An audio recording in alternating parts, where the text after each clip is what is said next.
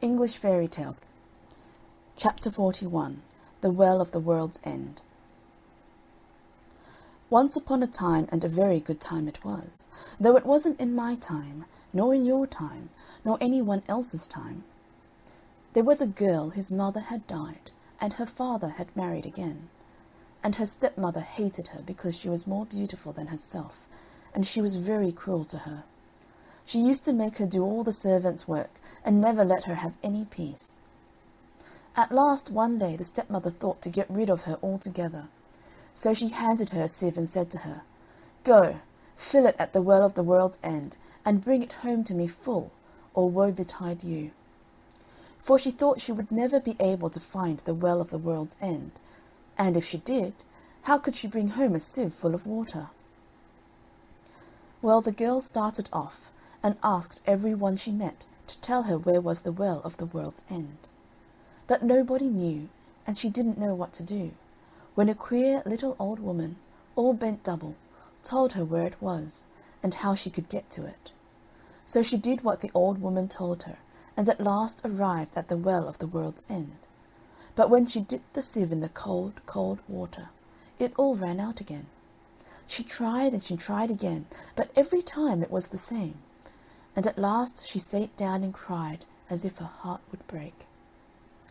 Suddenly she heard a croaking voice, and she looked up and saw a great frog with goggle eyes looking at her and speaking to her. "What's the matter, dearie?" it said. Oh dear," she said. "My stepmother has sent me all this long way to fill this sieve with water from the well of the world's end, and I can't fill it nohow at all." "Well," said the frog, "if you promise me to do whatever I bid you for a whole night long, I'll tell you how to fill it." So the girl agreed, and then the frog said, "Stop it with moss and daub it with clay, and then it will carry the water away." And then it gave a hop, skip, and jump, and went flop into the well of the world's end. So the girl looked about for some moss, and lined the bottom of the sieve with it, and over that she put some clay, and then she dipped it once again into the well of the world's end, and this time the water didn't run out, and she turned to go away. Just then the frog popped up its head out of the well of the world's end and said, "Remember your promise." "All right," said the girl, for thought she, "What harm can a frog do me?" So she went back to her stepmother and brought the sieve full of water from the well of the world's end. The stepmother was fine and angry, but she said nothing at all. That very evening they heard something tap-tapping at the door low down, and a voice cried out, "Open the door, my hinny, my heart, open the door, my own darling, mind you the words that you and I spoke, down in the meadow at the world's end well." "Whatever can that be?" cried out the stepmother, and the girl had to tell her all about it, and what she had promised the frog. "Girls must keep their promises," said the stepmother. "Go and open the door this instant," for she was glad the girl would have to obey a nasty frog. So the girl went and opened the door, and there was the frog from the well of the world's end, and it hopped and it skipped and it jumped till it reached the girl, and then it said, "Lift me to your knee, my hinny, my heart, lift me to your knee, my own darling, remember the words you and I spoke, down in the meadow by the world's end well." But the girl didn't like to, till her stepmother said, "Lift it up this instant, you hussy. Girls must keep their promises."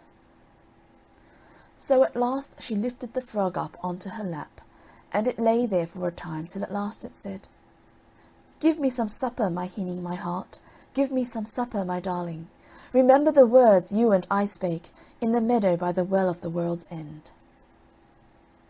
Well, she didn't mind doing that, so she got it a bowl of milk and bread, and fed it well.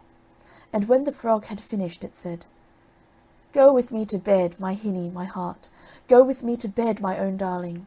Mind you the words you spake to me, down by the cold well so weary."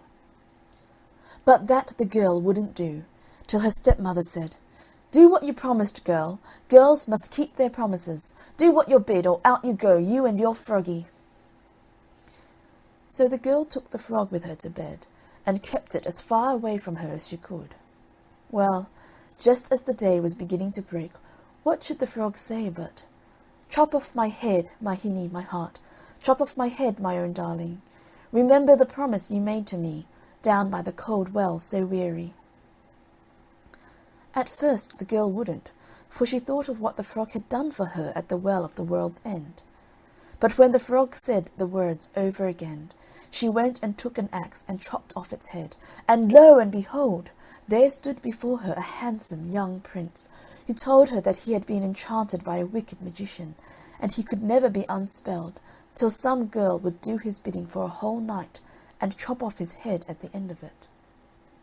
The stepmother was that surprised when she found the young prince instead of the nasty frog, and she wasn't best pleased, you may be sure, when the prince told her that he was going to marry her stepdaughter because she had unspelled him.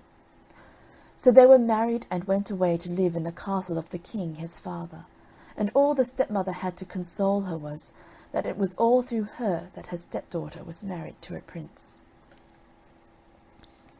End of chapter 41. The Well of the World's End.